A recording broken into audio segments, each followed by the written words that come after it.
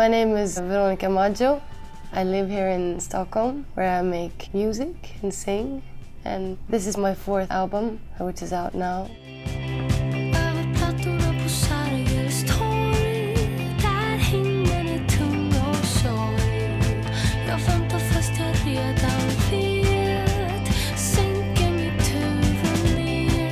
I've been singing since I was just a small kid, and I started to go to take classes and stuff like that when I was 9. I've always been so interested in music, and I've always been singing, and I think I started writing when I was 15 or something, but I was pretty bad. I tried to send my demos to all these record labels, but nobody really wanted to sign me.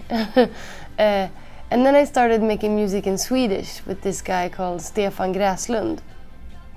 And we made a record called Vatten och bröd, which means bread and water. And then somebody all of a sudden wanted to sign me. So in 2005, I got to release my first single. That's when I started, professionally to make music. But I've always been involved in little strange projects, everything from drum and bass to pop music to everything, and jazz and everything.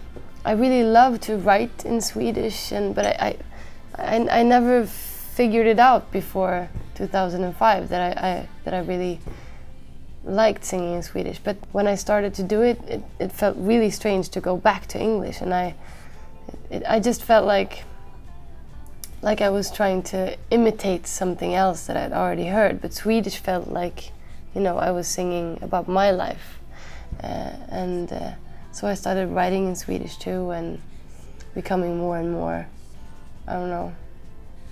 obsessed with it almost.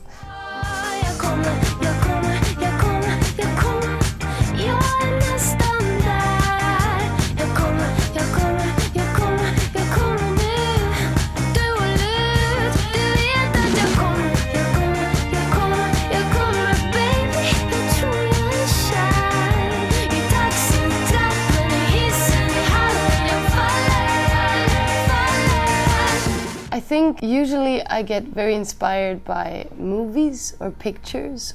I get more inspired by different movies than I get inspired by other people making music, I think. Maybe that's kind of weird, but usually when I write, I see some kind of a little movie in my head. It can be stuff that I've been through myself or seen myself, or it can be like just some kind of weird movie scene that I'm making up in my head. So I often get very inspired when I go to the movies. Or I think my favorite movie is Deer Hunter. That's a great movie. And also there's a Swedish one which is really beautiful, which is called En kärlekshistoria. It means a love story. It's like from the 60s or something, 70s maybe. A really nice movie. Oh yeah, I've seen a lot of French movies, but I don't know. When I was little, I always watched Gérard Depardieu, but that's, a different kind of slapstick, weird kind of comedy. I can't remember any French movies now, but I've seen a lot of French movies too.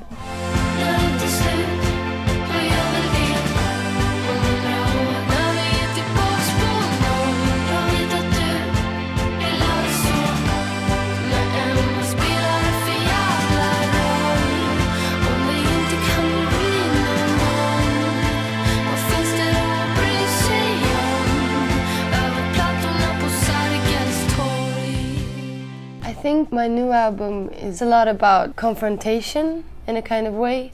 It's like confronting myself and other people. I like for all the different songs to be different stories, but usually it's about, I write a lot about relationships and of course love, and usually love that has gone sour, of course. But I think I wanted it to sound very hard and sometimes a little bit darker and a little bit feverish almost. and with a lot of energy and a lot of like emotion to it. And I wanted the music to be kind of rough and to sound like it wasn't too complicated and hasn't been too like produced, but in reality we spent a lot of time producing every song, so it kind of sounds like something that it isn't. But in a good way, I think.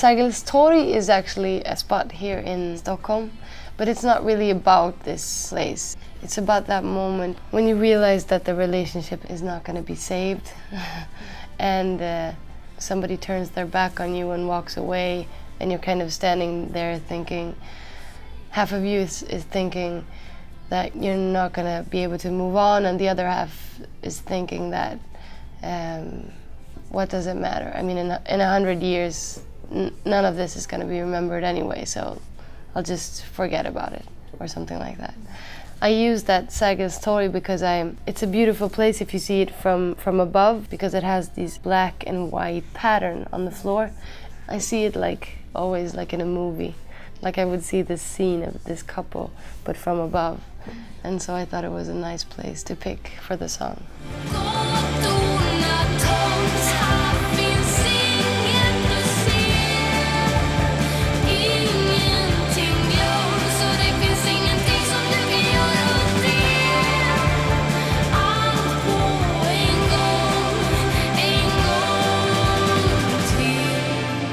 I think the music scene in Sweden right now is really flourishing.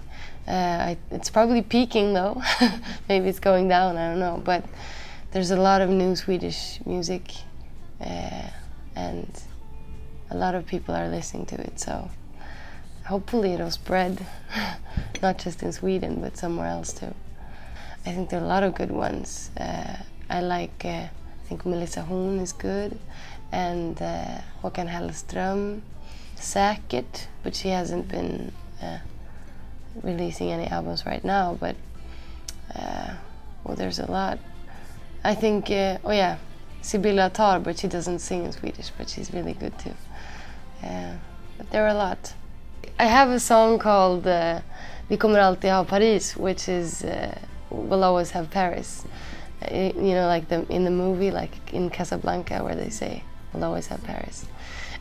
Because I've been to Paris with, I think it's 4 different boyfriends, like throughout my life. And so it was kind of a song about, you know, how you go under those different bridges and your love will last forever. Well, I just wanted to make a song about that not being true. So, but I really love Paris. Vi kommer alltid ha Paris. Denna staden äger vi. Den är till för oss och inga andra. Under broarna längs Seine, hand i hand igen. Men du är här för första gången. Jag är namnet som du har på armen. Vi kommer alltid vara vi. För jag är namnet som du har på armen. Vi kommer alltid ha Paris. I'm not from Stockholm, I'm from Uppsala, which is a city really close to Stockholm. I think a lot of people from Uppsala end up here. I like Stockholm because I don't know, it's a beautiful city with the water, and I like the architecture and a lot of nice restaurants, and yeah, I think it's cold, but it's beautiful.